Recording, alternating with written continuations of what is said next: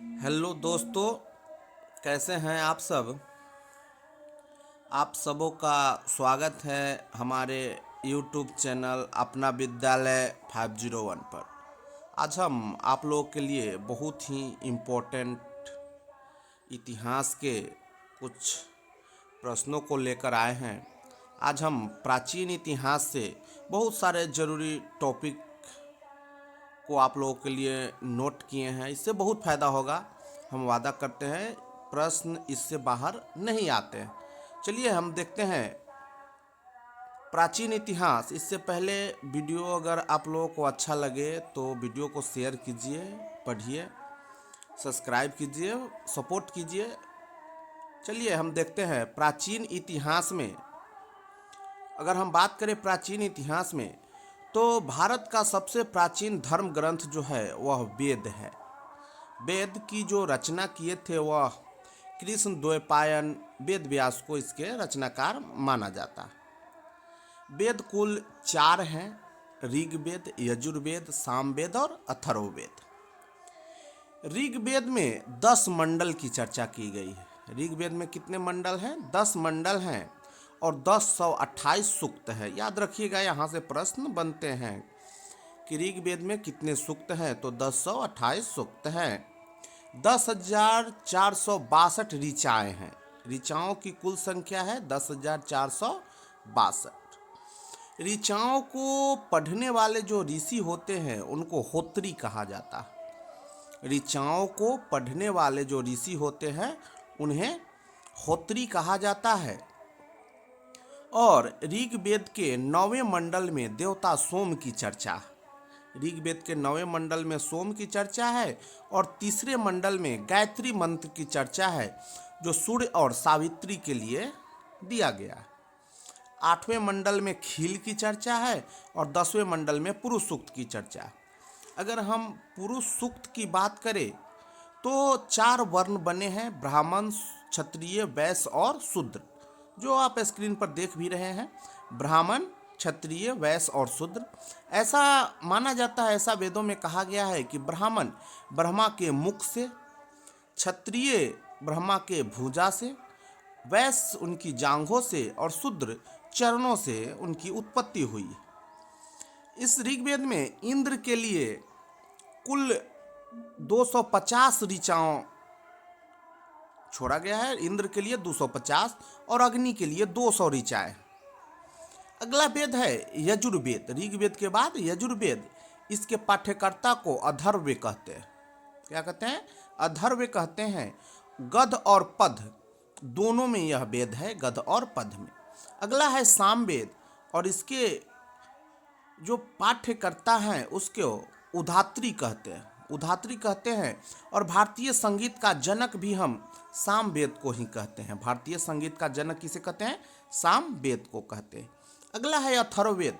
यह कन्याओं के जन्म की निंदा करता है कि कन्याओं का जन्म नहीं होना चाहिए। अथर्ववेद कन्याओं की जन्म की निंदा करता है और अथर्वा ऋषि द्वारा इसे लिखा गया है।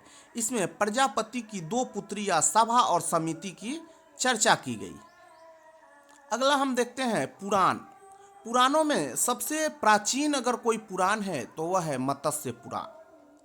पुराणों में सबसे प्राचीन पुराण है मत्स्य पुराण, जो आंध्र सातवाहन वंश के बारे में इससे जानकारी मिलती है। आंध्र सातवाहन वंश के बारे में मत्स्य पुराण से।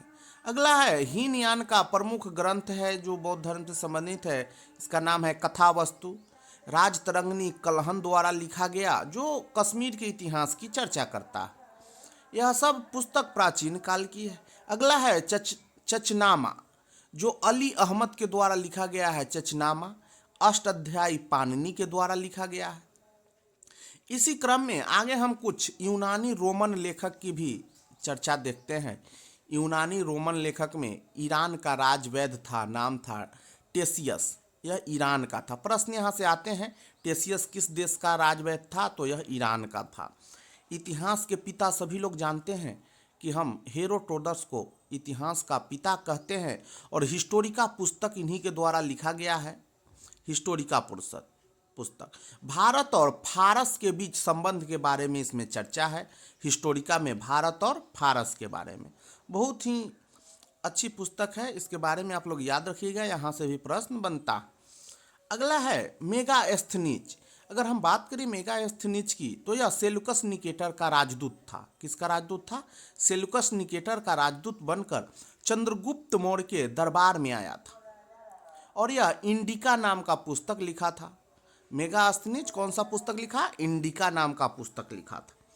अगला जो है उसका नाम है टॉलमी। यह भारत का भूगोल नाम से पुस्तक लिखा है। प्रश्न आता है कि भारत का भूगोल पुस्तक किसने लिखा? तो यह है टॉलमी। अगला है नेचुरल हिस्ट्री। अगर हम ना बात करें नेचुरल हिस्ट्री पुस्तक की तो यह प्लिनी ने लिखा। कुछ चीनी लेखकों का भी चर्चा है इसमें। प्राचीन इतिहास में, भारत के प्राचीन इतिहास में कुछ चीनी लेखकों का भी चर्चा है, जिसमें फाहियान सबसे महत्वपूर्ण है, जो चंद्रगुप्त द्वितीय के दरबार में आया था। फाहियान चंद्रगुप्त द्वितीय के दरबार में आया था। उसके बाद है ह्वेनसांग, जो हर्षवर्धन के दरबार में, हर्षवर्धन के शासनकाल में आया था। राजकुमार, इसको यात्रियों का राजकुमार कहते हैं। ह्वेनसांग को यात्रियों का राजकुमार कहते हैं और नीति का पंडित भी इसको कहते हैं। नीति का पंडित, शाक्य मुनि, ये सब इसको उपाधि दिया गया है। ध्यान रखिएगा, यह ह्वेनसांग के लिए कहा गया। यह हर्षवर्धन के शासनकाल में भारत आया था। 625 में चीन से भारत आया और 1 वर्ष की यात्रा के पश्चात भारतीय राज्य कपिसा पहुंचा था। उस समय का भारतीय राज्य था कपिसा। 1 वर्ष घूमते घूमते वह कपिसा पहुंचा था। आइए आगे देखते हैं। यहाँ वह भारत में 15 वर्ष तक ठहर कर 6 से 45 में चीन वापस लौट गया।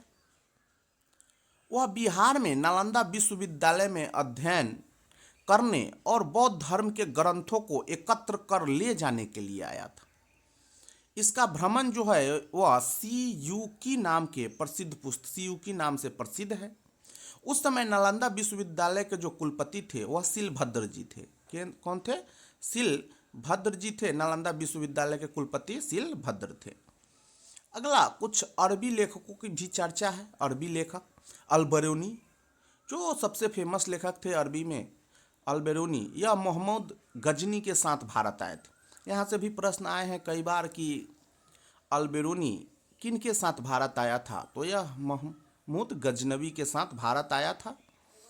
और यह 2 बहुत ही प्रसिद्ध पुस्तक, किताबुल हिंद या तहकीक हिंद पुस्तक की यह रचना किया। किताबुल हिंद या तहकीक हिंद। अगला लेखक है इब्न बतूता। यह भी, इसका जो यात्रा वृत्तांत है यह रिहला नाम की पुस्तक में मिलता है देखने को। इब्न बतूता यह मोरक्को का रहने वाला था, मोरक्को, मराकेश। 1333 में यह मोहम्मद बिन तुगलक ने उसे दिल्ली का काजी नियुक्त किया था, न्यायाधीश। यह इतना विद्वान था कि मोहम्मद बिन तुगलक इसको दिल्ली का काजी बना दिया था। एक और है तारानाथ। कयुंगुर तथा तंगयूर नामक 2 ग्रंथ यह लिखे हैं। ठीक है, ये सब है, आप लोग देख लीजिएगा, पढ़ लीजिएगा। बहुत ही प्रश्न, अच्छा प्रश्न यहाँ से आए हैं। उसके बाद हम लोग बात करते हैं पूर्व पाषाण काल की। तो अगर हम बात करें पूर्व पाषाण काल में शिकार करना लोग सीख रहे थे। पूरा पाषाण काल में जब लोग आए तो यह आग जलाना सीख लिए थे। नव पाषाण काल में जब लोग आए तो इन्होंने पहिया, कृषि, यह सब सीखे और मेहरगढ़ से कृषि के साक्ष्य मिले थे नव पाषाण काल में। सर्वप्रथम धातु का प्रयोग, तांबा का प्रयोग किया गया था, जो कुल्हाड़ी बनाने के लिए प्रयोग किया गया था। तांबा का प्रयोग कुल्हाड़ी बनाने के लिए किया गया था। अगला है यह प्राप्ति स्थल कहाँ, तांबा कहाँ से मिला था? तो अतिरामपक्कम एक जगह है, अतिरामपक्कम, वहीं से तांबा मिला था। सबसे पहली जो फसल थी वह गेहूं और जौ थी। सबसे पहली फसल गेहूं और जौ थी। प्रथम भारतीय पूरा पाषाण कलाकृति की अगर बात करें तो पल्लावरम से प्राप्त हुआ है। कलाकृति पल्लावरम से। पूर्व पाषाण काल के जो औजार है वह एस्फेटिक यानी जो पत्थर से बनते थे, पत्थर के औजार मिले हैं। सबसे पहले भारत में पूरा पाषाण काल में औजारों का खोज रॉबर्ट ब्रूस फुट ने किया था। जो 1863 में पूरा पाषाण काल के औजार इसी को मिला था, रॉबर्ट ब्रूस फुट को। भारत का प्राचीन नगर जो था मोहनजोदड़ो था। इससे आगे की जो बात है हम लोग अगले नेक्स्ट अध्याय में करेंगे। आप लोगों को यह सेशन और इसकी जानकारी कैसी लगी बताइएगा ज़रूर। वीडियो को शेयर कीजिएगा, चैनल को सब्सक्राइब कीजिएगा। बहुत बहुत धन्यवाद आप सभी का।